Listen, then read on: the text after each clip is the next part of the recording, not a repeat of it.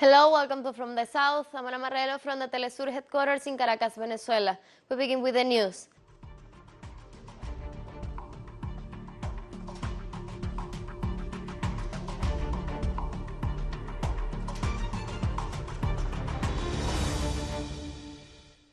Various social movements from Puno and Cusco have joined the broad protest in Lima in rejection of the government of Dina Boluarte. The massive peaceful march rallies in the streets of Puente Piedra demanding the resignation of Boluarte, the closure of Congress, a constituent assembly, and the release of Pedro Castillo. In addition to the delegation from Puno and Cusco, presidents from the district of Caraballo, Los Olivos, and Puente Piedra have joined the mobilization. The march seeks to reach the Plaza 2 de Mayo in Lima, also demanding justice for the victims of police and military repression.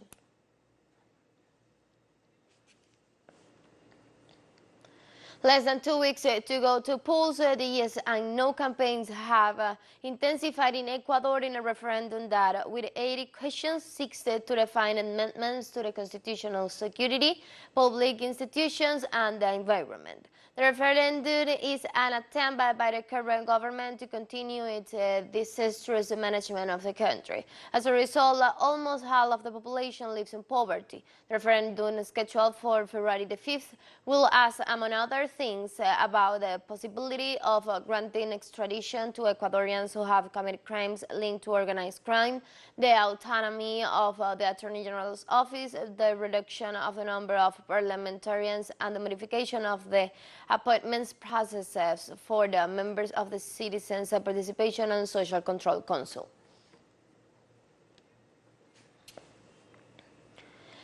And in this context, some images from the footstill in the Tiruco Pichincha were released. This happened near the capital of Ecuador, Quito.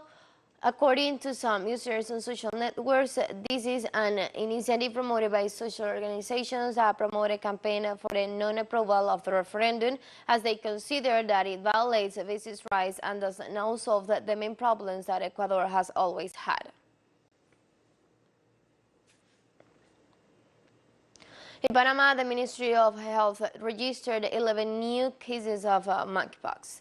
According to the health authorities, the cases correspond to those reported during the weekend of January 18, 25th, and were mostly identified in the regions of Los Santos, Breguas, and Chiriquí. Official details that the total number of infected since July of last year increased to 110 cases. In this context, the health representative issued an epidemiological alert since 2022, while urging the population to maintain the corresponding biosecurity measures.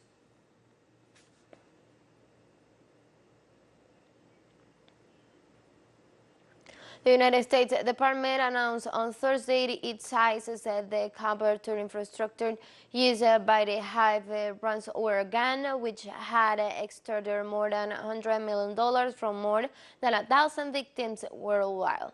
Attorney General Merrick Garland said authorities are working with German and Netherlands law enforcement to over the Hive's websites and servers after having infiltrated it from nearly 7 months. The infiltration helped hundreds of companies avoid paying over $100 million in extortion demands made after they gave hack and frozen their data systems.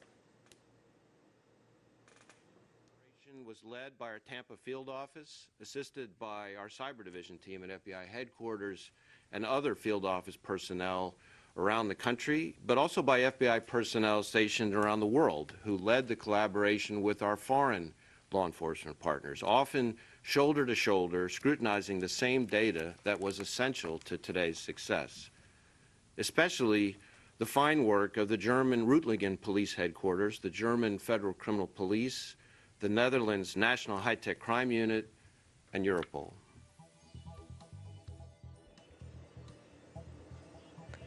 Let's take our very first break now, but remember, you can now follow us on our TikTok account at TeleSUR English, in which you will be able to see news in different formats, news updates, and more. Stay tuned for more news.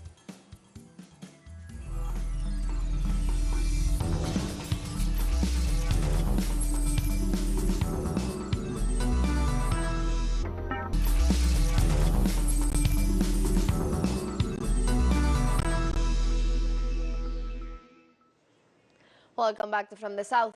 Hundreds of people take to the streets on Paris in a stroll-light march to demonstrate against Macron's pension reform.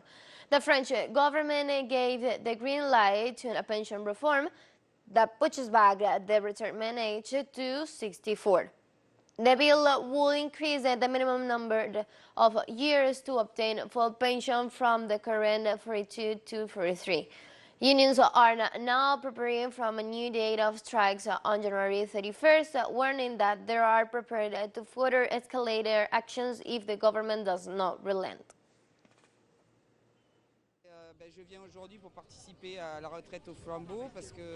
I've come today to take part in the virtual procession because we are entering into a struggle which is likely to be long against the pension reform. I would say more broadly, I am a teacher and the national education system is being destroyed. We're also fighting for a fairer society, fairer for the old people who will retire and fairer for the young so that they have a quality education system. Even I, as a young person, do not want to work until I am 64. I want to support all those who don't want to wear themselves out of work. At 64, there are many jobs you can't do. I typically worked in the restaurant business for a while, and I know very well that people who are in the restaurant business will not be able to work until they are 64, 65. The Belarusian Defense Ministry has declared that the redevelopment of military aircraft from Russia and Belarus is part of a maneuver carried out by the grouping of troops. According to the authorities, the development of fighter planes to new operational airfields, including those located in Russia, is part of the tactical flight exercises of the armed forces of the two countries. Belarus is currently hosting a training session for the aviation units of the regional troops aimed at improving interoperability when in combat. These exercises include air reconnaissance and air support, joint patrols along the state border, and elimination of air defense installations and control centers, along with landing in tactical airborne troops, delivery of supplies, and evacuation of wounded soldiers.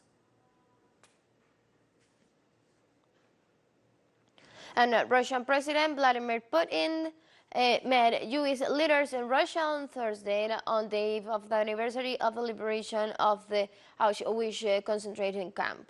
Speaking during the meeting with the chief rabbi of Russia, Rabbi Lazard, and the president of the Federation of Russia's Jewish Communities, Alexander Boroda, Putin claimed that most of Jews killed by Nazis were citizens of the Soviet Union. This is our common pain. You know our position today. It lies in the fact that we are categorically against burying in oblivion such crimes, which have no statute of limitations. We are conducting such a policy so that nothing like this will ever happen again in the history of mankind. We, as a Jewish community, not only in Russia but worldwide, are ready to do everything to find peaceful solutions. Maybe our people understand better what suffering is. That's why we are ready to do everything so that there is only calm and peace in the world, and people live a good life. And we have more news coming up after this final short break, so don't go away.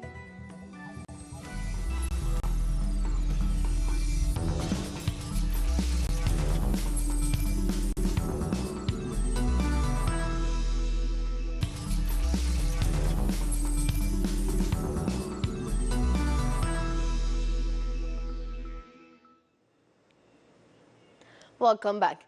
The Palestinian leadership, following a meeting headed by President Mahmoud Abbas to discuss Israeli armed massacre in Jenin yesterday, decided to immediately end security coordination with Israel. The president of the state of Palestine, Mahmoud Abbas, chaired an emergency meeting of the Palestinian leadership to discuss the repercussions of the massacre committed by the Israeli occupation forces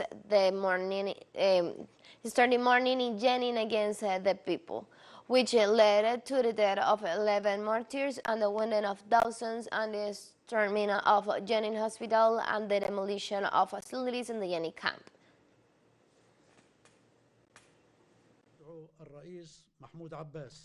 President Mahmoud Abbas calls on all Palestinian forces to an emergency meeting to agree on a comprehensive national vision and unity to confront the Israeli aggression. Officials in the occupied Palestinian West Bank territory said Israeli forces killed 9 Palestinians Thursday during a raid in the northern city of Jenin.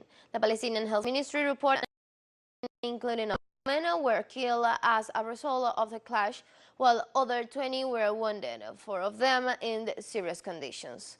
According to the reports, the soldiers destroyed completely the Jenin Camp Club. The government agency said Athens, the Palestinian, was subsequently shot dead by Israeli forces in the Al-Ran near Ramallah. The Health Ministry demanded an urgent meeting with the World Health Organization and the International Committee of the Red Cross to bring an end to the Israel aggressions, save the lives of Palestinians, and prevent further bloodshed, while urging international human rights organizations to urgently intervene to help rein in Israeli armed practices.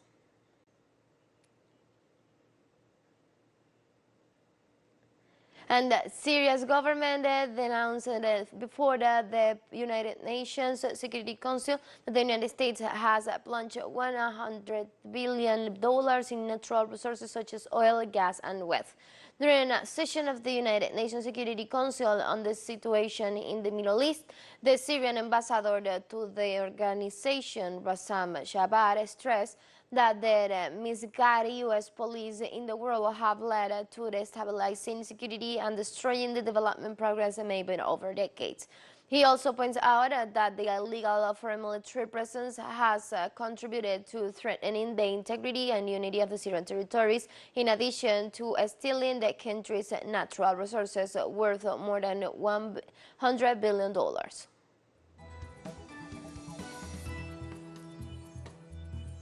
And we have come to the end of this news brief, but you can find this and many other sources on our website at telesurenglish.net.